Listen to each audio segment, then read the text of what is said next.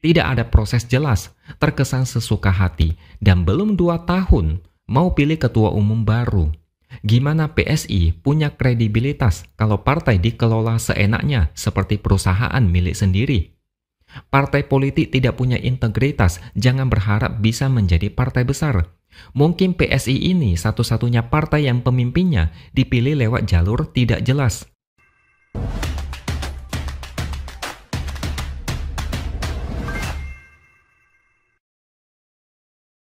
Halo, bertemu lagi dengan saya, X Hardy, di Opini Seaword. Hari ini kita menjauh dulu dari isu-isu seperti kasus ijazah Jokowi dan isu-isu lainnya. Hari ini saya mau membahas tentang Partai Solidaritas Indonesia atau PSI. Ada apa dengan PSI? Partai ini dalam waktu dekat akan menyelenggarakan pemilu raya untuk memilih ketua umum terbaru. Pendaftaran bakal calon ketua umum sudah dibuka sejak tanggal 13 Mei kemarin dan akan berlangsung sampai 31 Mei 2025. Syaratnya, bakal calon ketua umum yang mau mendaftar wajib mendapatkan dukungan suara dari minimal 5 DWP tingkat provinsi dan 20 DPD tingkat kabupaten atau kota seluruh Indonesia. Siapapun bisa ikut, asalkan punya kartu keanggotaan PSI. Pemilihan ketua umum akan dilakukan dengan cara voting secara online, sehingga anggota yang tidak bisa hadir dalam kongres tetap dapat ikut memilih. Sedangkan pencoblosan ketua umum akan dimulai dari tanggal 12 sampai 19 Juli dan pemenang akan diumumkan dalam Kongres PSI di Solo pada 19 Juli 2025.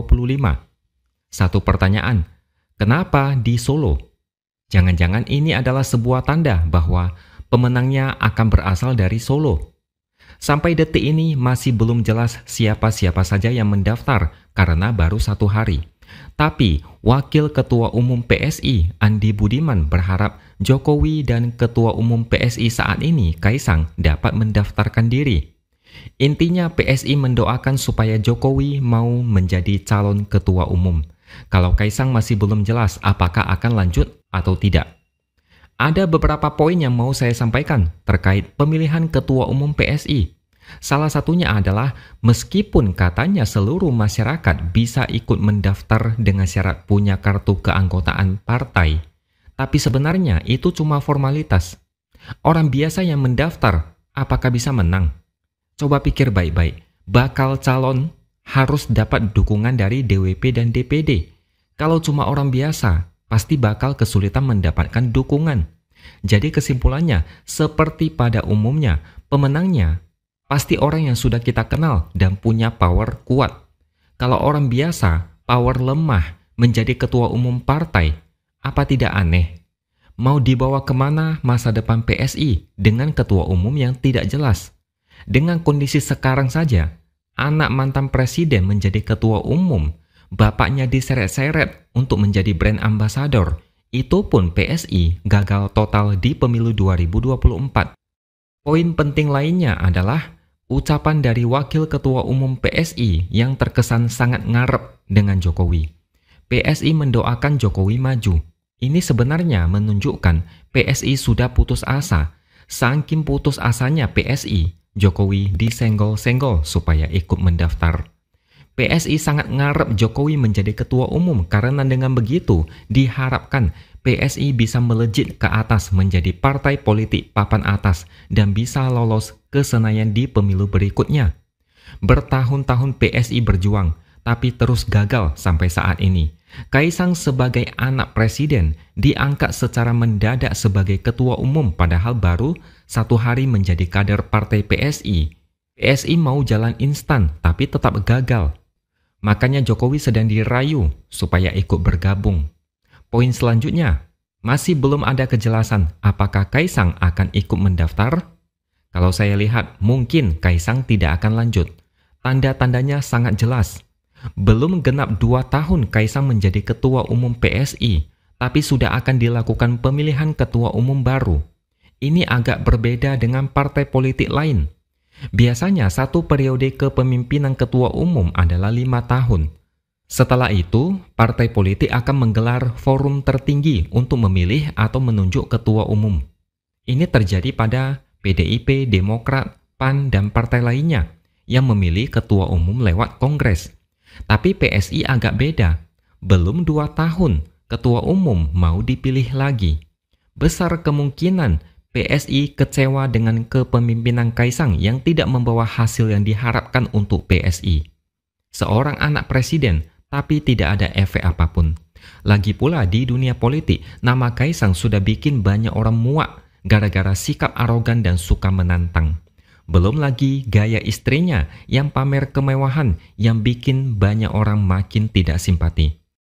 Jika Kaisang terus lanjut, PSI akan begini-begini saja, tidak bisa berkembang, terus tenggelam seperti saat ini. Diyakini pemilihan ketua umum dikebut supaya dapat menyongsong pemilu 2029 dengan kepemimpinan yang baru, yang lebih fresh dan lebih powerful. Seperti yang tadi saya katakan, siapa yang bakal menjadi ketua umum PSI? Apakah ada kemungkinan Jokowi? Ya, bisa jadi. Kalau kita melihat narasi sebelumnya di mana ada isu Jokowi butuh kendaraan politik, PSI bisa menjadi targetnya mudah. Alasannya, kalau Jokowi mau menargetkan partai besar seperti PDIP, ya jelas tidak akan bisa. Mau rebut Golkar, peluangnya juga tipis. Mau menjadi ketua umum Demokrat, pasti akan ada keributan besar. Mau jadi ketua umum Gerindra, itu artinya harus langkahi dulu Prabowo. Target paling realistis memang PSI, kalau memang Jokowi mau kendaraan politik. Tapi ada kelemahannya. PSI itu ibarat kapal bocor yang setengah tenggelam. Jokowi terjun ke dalam partai, rasa-rasanya hasilnya bakal sama. Ketika foto Jokowi berserak di mana-mana bersama dengan baliho PSI, tetap tidak bisa mengangkat derajat PSI. Bahkan sudah dikasih kode PSI partainya Jokowi, tetap saja PSI ambruk. Kalau Jokowi masuk ke PSI, Jokowi memang punya kendaraan politik, tapi kendaraannya bermasalah dan sering mogok. Belum lagi nanti bakal ada candaan, PSI partainya anak muda, tapi dipimpin orang yang sudah tua dan pensiun. Ini lucu banget sih kalau sampai kejadian. Beginilah nasib PSI yang tidak punya arah yang jelas. Terlalu banyak kontradiksi yang membuat partai ini tidak bisa berkembang. Dulunya anti Prabowo, sekarang memuji Prabowo. Pemilihan ketua umum terkesan asal-asalan. Anak presiden jadi kader partai, besoknya bisa menjadi ketua umum. Tidak ada proses jelas, terkesan sesuka hati, dan belum 2 tahun mau pilih ketua umum baru. Gimana PSI punya kredibilitas kalau partai dikelola seenaknya seperti perusahaan milik sendiri? Partai politik tidak punya integritas, jangan berharap bisa menjadi partai besar. Mungkin PSI ini satu-satunya partai yang pemimpinnya dipilih lewat jalur tidak jelas. Tapi kalau seandainya Jokowi tidak maju sebagai calon ketua umum, mungkin Kaisang tetap akan lanjut. Pemenangnya gampang ditebak jika kita sudah melihat siapa-siapa saja yang mendaftar. Katanya mau menjadi partai terbuka, tapi kalau pemenangnya nanti adalah yang dari Solo lagi, sama saja sih. Partai terbuka buat keluarga Solo. Jadi jangan kaget kalau misalnya Gibran juga punya peluang di sana, karena segalanya bisa terjadi. Jadi kita tunggu saja, oke?